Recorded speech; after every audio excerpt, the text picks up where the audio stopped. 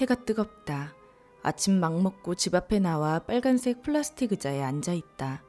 등받이가 없어 최대한 벽 쪽에 의자를 붙이고 기대어 있다. 무료하고 따분한 하루가 또 시작됐다. 지나가는 사람도 몇 없는 골목길. 나는 오늘도 그냥 앉아있다. 그러다 우울해진다. 반짝이는 햇살, 파랗고 높은 하늘, 뚜렷한 나무의 색, 가끔 지저귀는 새소리.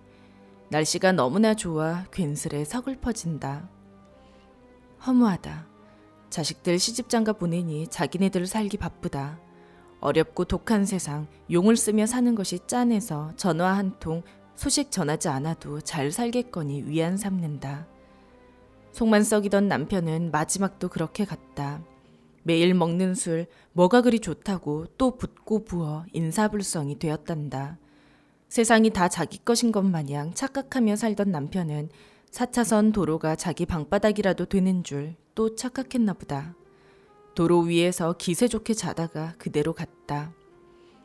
지금 내 나이 78세. 주름살 하나 없던 깨끗하고 생기 있던 내가 어느새 이렇게 되었다. 꿈 많고 설렘 가득했던 19 소녀는 결국 이렇게 될 걸 알고 있었을까? 19살. 여자는 못 배워도 된다던 시절이었지만 사람은 배워야 한다는 아버지의 지도에 고등학교에 다녔었다. 성적은 괜찮은 편이었지만 이 정도 했으면 됐지라고 생각했다. 사실 공부보다는 놀기에 급급했다. 공부 외에 뚜렷하게 잘하는 것이 있진 않았지만 그렇다고 공부를 열심히 하고 싶지는 않았다. 내 방 책상에 앉아 옅은 불빛 아래에 엎드려 자고 있는데 아버지가 깨웠다. 학생의 본분은 공부고 나중에 너가 무엇이 되든 공부를 한 것에 대한 대가는 있을 것이다. 공부가 전혀 필요 없는 분야에서 일을 하더라도 학생의 본분인 공부를 성실히 한 것에 대한 보상은 분명코 나올 것이다. 라는 아버지의 말씀에 속으로 콧방귀를 꼈다. 공부 안 하고도 먹고 살 수 있는데 왜? 그때는 아버지가 영원히 살아계실 줄 알았다. 집이 늘 풍요로울 줄 알았다. 22살. 키가 훤칠하고 살가운 눈웃음을 짓는 한 사내에게 내 마음을 홀딱 빼앗겨버렸다. 세상에 둘만 있는 것 같았고 같이 있으면 가슴이 늘 붕 떠 있는 것 같았다. 생각만 해도 볼이 발그레해지고 만나면 가슴이 터질 것 같은 사랑. 그런데 어느 날 술을 마시고는 한 대 되게 얻어맞았다. 눈이 시퍼렇게 멍든 딸을 보고 어머니는 가슴을 치며 우셨다. 아버지는 화가 단단히 나셔서 당장 잡으러 가자며 몽둥이를 드셨지만 다시는 만나지 않겠다며 빌었다. 그 사내는 자꾸 오고 다시 와서 용서를 빌고 달콤한 말로 내 마음을 유혹했다. 그러다 그 꾀임에 넘어가 몰래 만나고 또 만나다 아버지에게 그만 들켜버렸다. 당장 헤어지지 않으면 연을 끊겠다던 아버지에게 이 사람 없이는 못 산다고 죄송하다고 지울 수 없는 생채기를 놓고 그 길로 나와 살림을 차렸다. 그리고 이후 내 삶은 구렁텅이에 빠졌다. 30살. 아이들이 어느 정도 클 때까지 아버지와의 왕래는 없었다. 이렇게 사는 모습 보여드리기 죄송해 찾아가지 못했다. 간간히 어머니만이 집에 들러 한바탕 울고 가실 뿐이었다. 그나마 아이들의 옷을 만들 때는 다른 생각이 들지 않고 숨통이 트였다. 내가 모양을 잡고 그 모양대로 옷이 만들어지는 것이 여간 재밌었다. 둘째 재숙이 치마를 만들 때는 자수를 넣느라 밤이 새는지도 모르고 만들었다. 만들수록 더 배우고 싶고 내 것을 해보고 싶다는 욕심이 생겼다. 아이들은 낮잠 자고 작아진 큰아이 옷을 뜯어 새로운 옷을 만들어주려 가위질을 하고 있을 때 아버지가 대문을 활짝 열고 들어오셨다. 썩을 년. 언제까지 안 오나 보자 싶었다던 아버지는 기다리고 기다리다 더 이상 못 기다리겠어서 찾아왔다고 했다.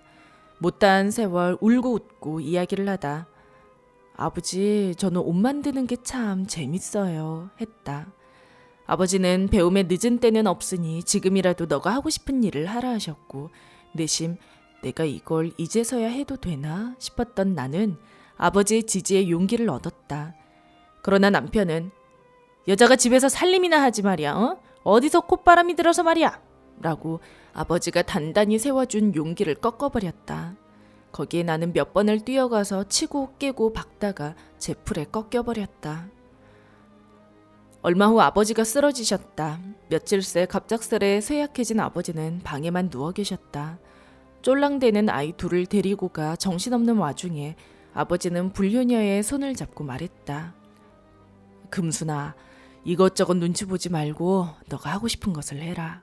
엄마라고 다 포기하지 말고 너도 너의 삶을 살아라. 새끼들이야 품 밖으로 나가면은 자기들 인생 사느라 바쁘다. 그제야 서운해도 어쩔 것이냐. 새끼들도 예쁘게 키우지만은 네 삶도 가지고 가라. 엄마가 행복하면 새끼들은 어련히 올곧게 클 것이다. 마지막까지 못난 딸 걱정이던 아버지가 며칠 후 그렇게 떠나시고 한동안 입맛이 없었다.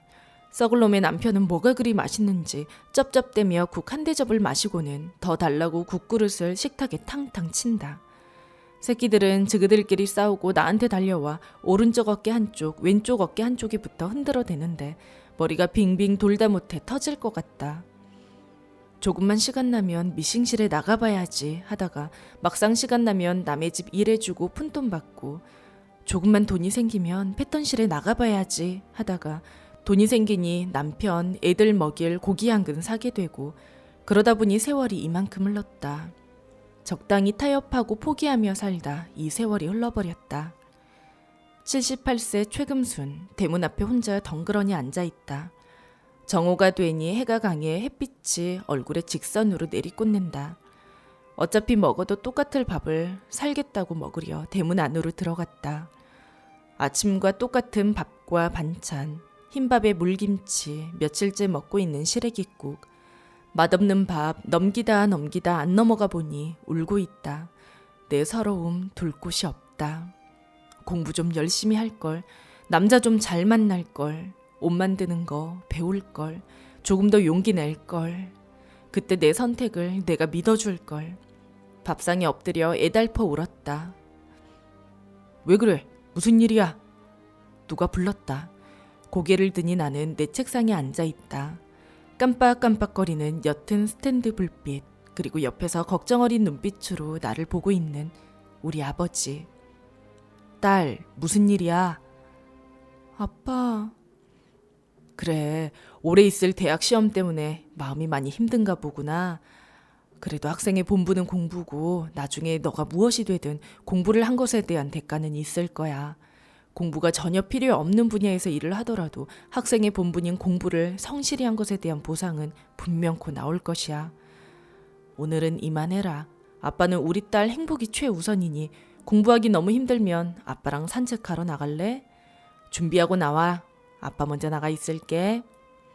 내 어깨를 토닥토닥 해주던 아빠가 방문을 열고 나갔다. 믿을 수 없는 일이 펼쳐졌다.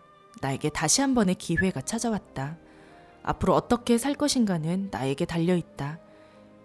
이게 나의 이야기다. 그리고 동시에 당신의 이야기일 수도 있다. 당신은 지금 기억을 지우는 조건으로 거기에 와 있다. 대문 앞에 혼자 멍하니 앉아 지난 세월을 후회하다가 이 영상을 보는 지금 이 순간으로 돌아왔다. 앞으로 어떻게 살 것인가?